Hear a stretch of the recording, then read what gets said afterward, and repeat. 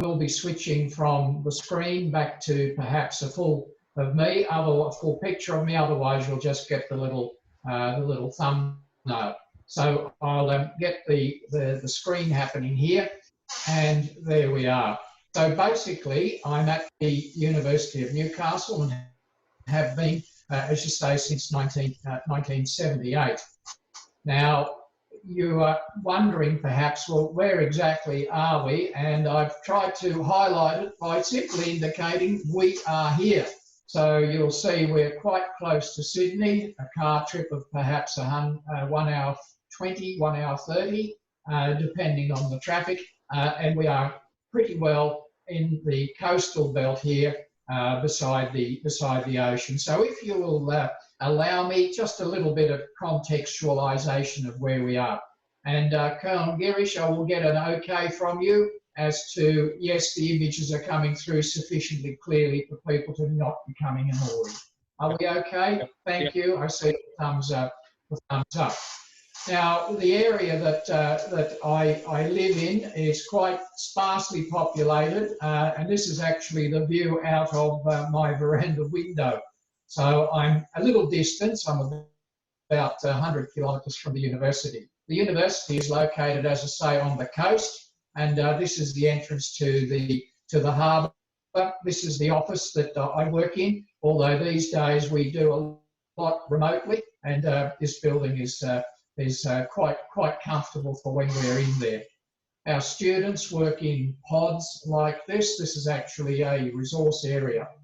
Now, what we're talking about this evening, and thank you for allowing me at least to contextualise the location and contextualise the university. We are talking about corporate governance and risk, and when I reflect on that, the whole business with governance and putting in place systems is so that we are able to reduce the risk to the organisation. At the end of the day, it is all about risk. You know, it's the risk that we don't get enough students. It's the risk that perhaps not all of them are sufficiently able to pay. It's a risk in government regulations, and I'll be going into, or lack of regulations, I'll be going to each one of these. So it's all about risk. Now, what we can define this governance as is that it's actually a series of processes, and what you're doing is you're putting them in place so that risk is reduced. You can very rarely take all risk away, and what we want to do is to increase the harmony. We want to take away the surprises, and I would guess that COVID-19 for some was a surprise. And yet, when we think about it, it shouldn't have been a surprise, because reflect back, dear people, 2004, we had the SARS situation. Then we also had the Middle Eastern respiratory syndrome. Then we had the bird flu. And it was not really a surprise that something like this would occur. Of course, the scale of it was something that we did not anticipate, with the kinds of things that we have now going on. You know, economy being affected, students, and so on. So we want to try and reduce that likelihood, or at least to reduce the impact of the likelihood. I'll have a look at, or we'll have a look at governance and risk frameworks. We'll also have a look at risks in organisations, but specifically we'll look at governance frameworks. Now, I can run through a list of risks. I put finance at the top. Often, finance is a lag indicator. In other words, we know that there were problems up the line, but we now see them turning up in financial risks. Eventually, it will all turn up there. We also have governance risks, and you may ask, well, what is that exactly? Well, have we put the right processes in place to ensure, for example, that there is a succession plan for faculty, or a succession plan in the business in case we are bereft, or we have key people who, for whatever reason, are no longer available? There are strategic risks, and I ask you to reflect for a moment on the oil companies and their current state. And of course, the board itself, if we are talking about governance in boards and in company directors, then we've got risks to the way that the board interact with each other, the way that the dynamics there play out. We want to have the right people on the board, and oftentimes on boards we have people who nominate perhaps others. Now, expanding on these risks, we can consider, for example, financial risks. So what's in, what's out, and what's left over? We need to look at our assets. You know, what's our liquidity like and our liquidity ratio? What are our liabilities? How highly are we leveraged? And do we have any reserves? Do we have any contingencies? And of course, in terms of our forecasts, well, what sorts of confidence level do we have in that? Of course, there's one financial risk that we all have to avoid, and that is trading insolvency. And I say no, never. It's a huge risk to be involved in that. So what can we do about risks? What sorts of things are we able to provide here? Well, the traditional way is, well, we try and reduce it, or we perhaps transfer it to others, and we may transfer it to others with the use of insurance, although you'll see that the fine print in insurance seems to be growing. We might also say, look, we've got sufficient reserves that if things do go wrong, then we are able to still manage. We can trade our way out, or we are able to accept that risk. And of course, we might say, well, let's avoid it altogether. So with regard to organisations, what happens here is that risks takes away our ability to deliver on what we set out to do, or our capability. And the question you've got to come back to is, what have you set up so that risk and uncertainty have been managed? And again, I make the point, you cannot take it away, but you can address it and have plan A, plan B. You need to identify it, map it, if you will, and then we need to think about what kinds of frameworks we might use in terms of managing the risk. So let's turn our attention now to the kinds of frameworks that exist. We might use the fairly standard SWOT analysis, you know, the strengths, weaknesses, opportunities, and the threats. Well, a risk is a threat for us to be able to carry out something. Or a weakness might be where we are insufficiently resourced, or that our cash flow is very, very tight. We could also use PESTLE, and I will explain what PESTLE means in a later slide. What we're doing there is environmental analysis by scanning the horizon. Of course, we've had the International Standard Organisation about for quite a period of time, and there are standards for the management of risk. In fact, there are standards for everything. There are standards for sheets of paper. There are standards for electricity supplies. There are standards for things like computers and the way that they interface and the way that they interact. So the evolution of standards is hugely important, and it keeps things on track. Now, all of these are just different tools, but they do provide you with different sorts of insights as to what's actually going on.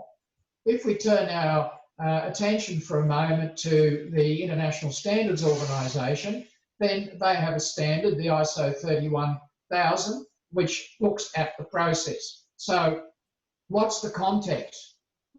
What risks are there? Let's list those. We need to consult as we do that, because sitting in an office, in an ivory tower, if you like, we're not going to be able to do that. We need wide consultation and communication. Then we need to consider the risks in terms of analysing what is there. What's the likelihood and what's the impact? If I'm an Australian university and I say, what happens if the students who are coming from overseas are suddenly unable to come? Well, is that likely to happen? You may say low likelihood, but if it does, it's high risk. I think after this period, it'll be known as high risk and also high impact, high likelihood and high impact. We need to as part of what we do, evaluate it, and then in some way, in some measure, provide a series of treatments for that addressing of the risk. Now, let's focus a little on governance for a moment, and this is governance inside organisations. We need to mitigate that risk. If, for example, you were joining a board or you were taking a senior position, you need to do an analysis of the risks that that organisation has. You need to decrease the risk to yourself, to decrease your exposure, to make sure that you're adequately equipped and adequately resourced to be able to handle that position. And there are a whole series of questions that you would need to ask in terms of am I or am I not going to join the board? So if you are going to join the board, my very strong recommendation, urging in fact for you ladies and gentlemen, would be to ask to see the financials. Of course, if there's some resistance to this, oh look, you know, it's commercial in confidence, can't really let you see this sort of thing, you need to say, okay, so I'll sign a confidentiality agreement. And of course, if you still get some stalling there, I would urge you to not proceed with that, because there's no transparency there, and yet you are asked to join this organisation without doing appropriate analysis, without doing the necessary due diligence with that organisation. I would also, after I've seen the financials, and the financials don't just mean that I want to see a snapshot in time right now, you know, to the end of the last financial year. I want to see 3 to 5 years back, and I want to see the projections 3 to 5 years forward. I want to see the profit and loss, and I want to see the balance sheet, and I want to do some analysis of the ratios in terms of their finances. And as I say, if I don't get access to that, I just don't consider progressing. There are other things. Do they have appropriate directors and officers insurance? I would ask that question. Here is another salient question for you. You should ask who else is on the board, because you certainly don't want to be joining a pitfall of well, I'll say vipers. All right, you don't want to be joining that. So who else is on the board? You'd better establish that if you're considering a board position. You should also take a look at other aspects of the organisation. You need an organisation chart.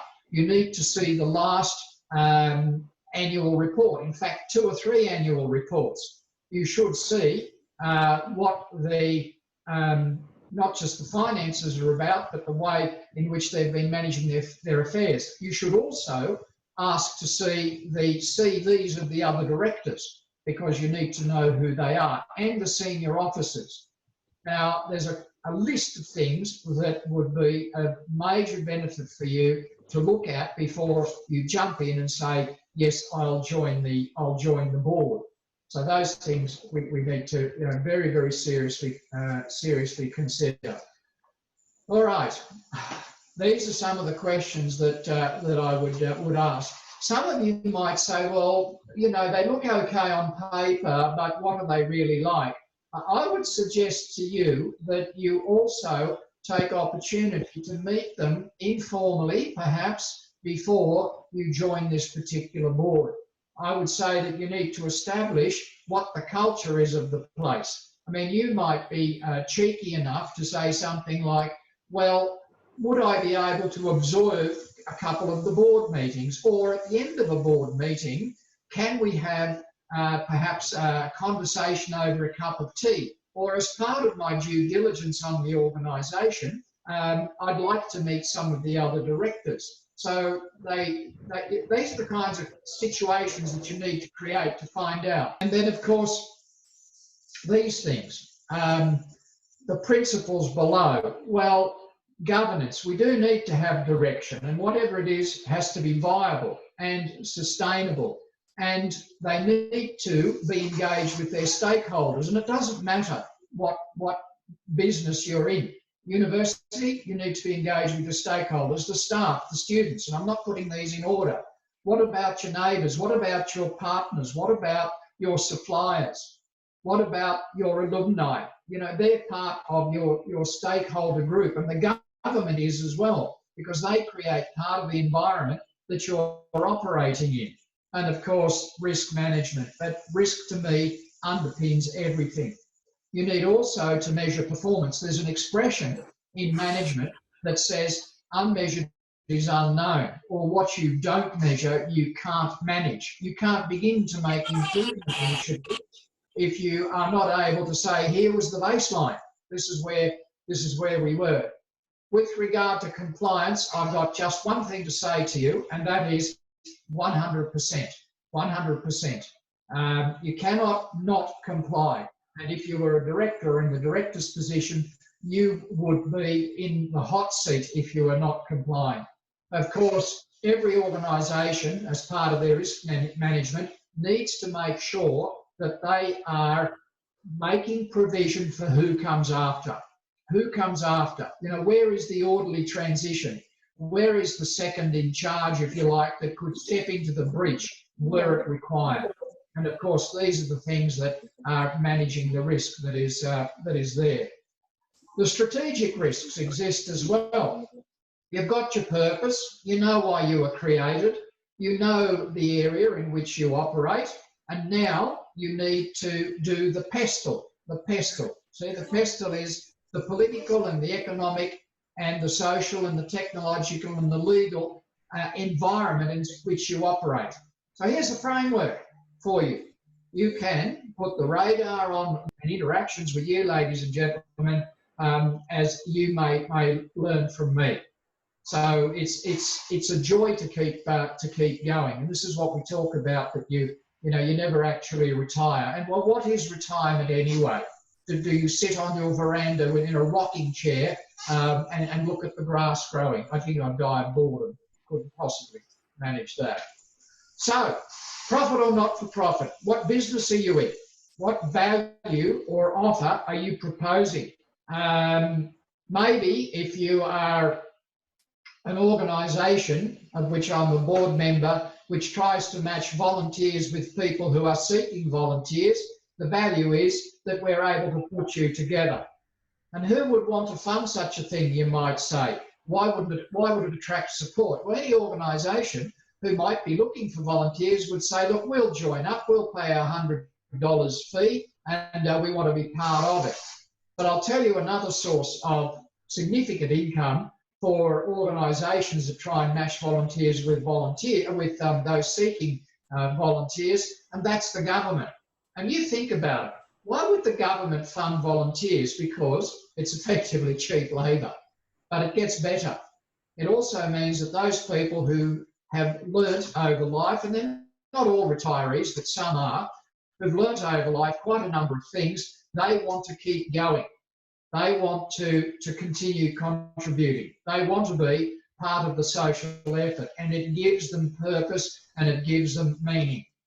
Ladies and gentlemen, if you want to destroy somebody, take away their purpose and take away the meaning of their life.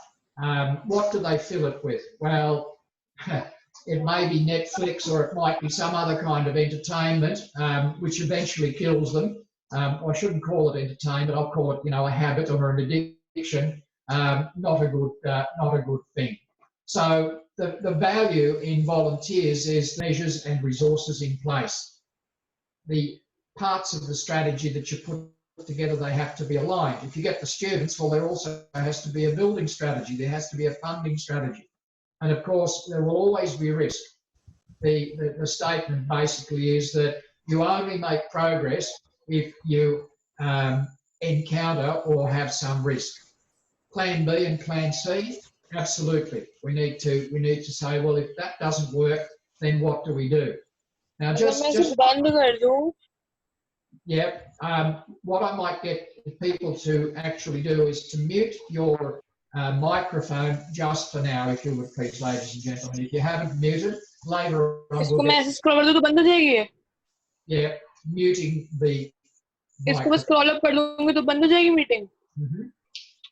Okay.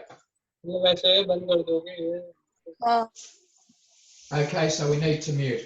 Now, the plans A and B and C you need to have those in position, otherwise it may well catch up with you. Let's talk for a moment about alignment.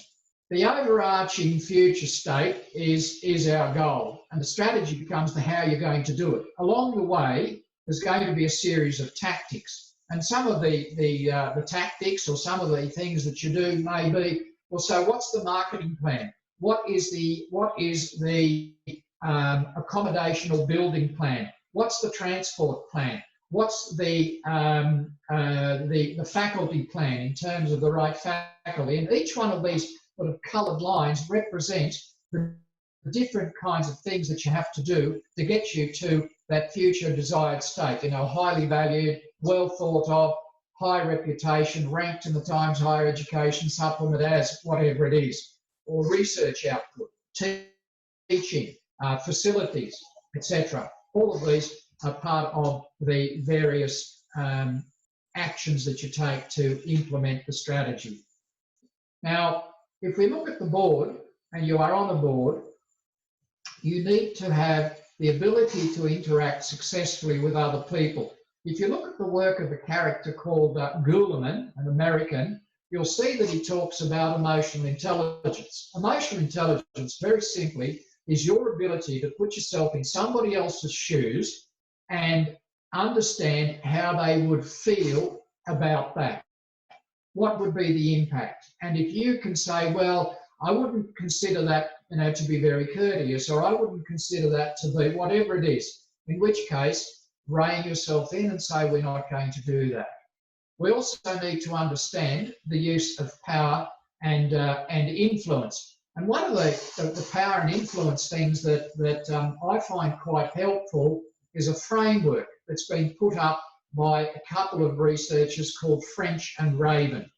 And French and Raven postulate that the way that you can get people to do things is in 5 different ways. The first way is that you reward people if they go down a particular path. So if you want to influence somebody to do a particular thing, then you say, well, the reward that will follow from that, or if this happens, the reward that follows will be such and such. So come to work, get paid. Right? Get this article published, get it into an A-grade journal, the reward will be, it's another reason why we should promote you. I'm talking about the academic. And of course, in a business context, the reward might be we put a measure in place that says something like, if you achieve this sales target, then the reward is going to be, and that's there, or the team's reward will be. So reward is the first way in which you might influence people. And it's not manipulative, it's simply saying this is what's in it for you. The other is the exact opposite of reward, and that is to punish people or to withhold a reward. So it's punitive. I don't recommend punitive, but I do suggest that if the target is not attained, then you should not reward that, your compliance. Do not steer from that. All right, well, we're getting towards the end and still have some time for perhaps commenting on the things that come up in the chat space. What should be looked at is risk in the context of corporate governance, and maybe there's some learnings along the way. You know, maybe it's about conflict or tact or emotional intelligence, or maybe I'm not joining any board till I've done the due diligence on that organisation and I've got a pretty good idea of the sorts of things that I would ask. And certainly when I am actually in the business or in the entrepreneur space, the social entrepreneur space, I will manage uncertainty as far as I can. I understand that uncertainty will be there, but I will manage it as far as I possibly can. And at the end of the day, if you put these processes into place, noting the examples that I've provided, it is really managing the risk. I cannot promise you that it takes the risk away, but what it will do is reduce the risk. Those organisations who do it are likely to survive, maybe prosper, I hope so. Those that don't, you are treading on a very, very, very narrow line, and you may not be around for as long as perhaps you'd like to be.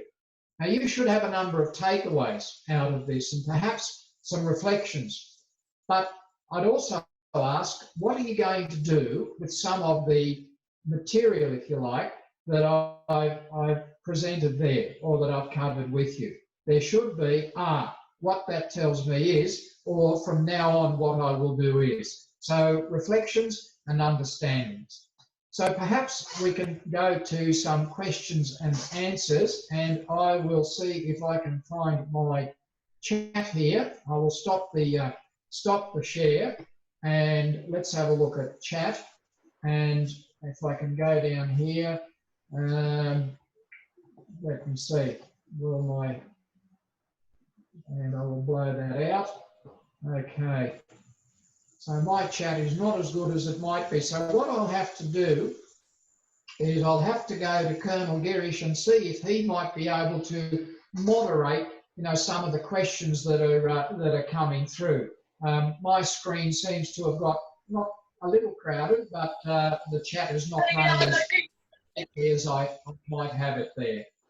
Okay, so let's see if your chat space works there, Colonel Girish. And if it doesn't, I can try to hear people who unmute and perhaps respond to questions there. Would you like a hand raised for those that have got questions? If we can turn it over to now. Professor John, I do not have questions in the chat box. So what we will do is we'll request the participants to unmute their mic and ask questions if they have any. Yes, I would very much welcome that. So let's see if we have some comments or questions coming through.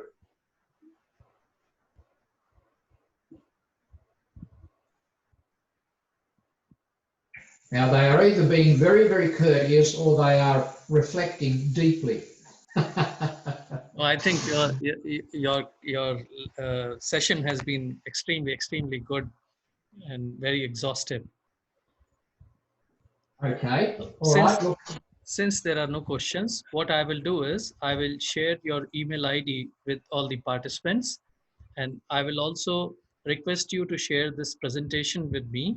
And along with the presentation, I will also share the recording. So subsequently, also, if the participants have any questions to ask, they can email that to you. Yes, that would be fine, and I'll respond as I can. Okay. On behalf of everyone, on behalf of all the participants and Manav Rachna, I would sincerely like to thank you, Professor John, for such an informative session in which you covered the topic in extensive details. We apologize for the initial technical glitch which we faced, but now we are joined with most of the participants, and I'm grateful to you for hosting this session for us, and extremely nice and very, very informative. Thank you very much. Well, it's been an absolute pleasure, and you're right, the participants did get here, and I see a number of faculty here as well, and it was good to talk to you. I'll just do a quick share screen and perhaps sign off with something like this, which is basically goodbye for now. And I do thank you for your interest and your company. And so this is my furry friend, the kangaroo.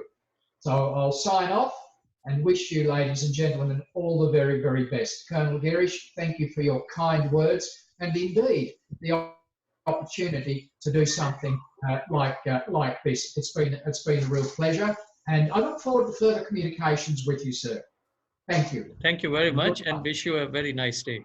Thank you. Thank you. Thank you. Bye-bye for now. I'll end the meeting. Bye-bye.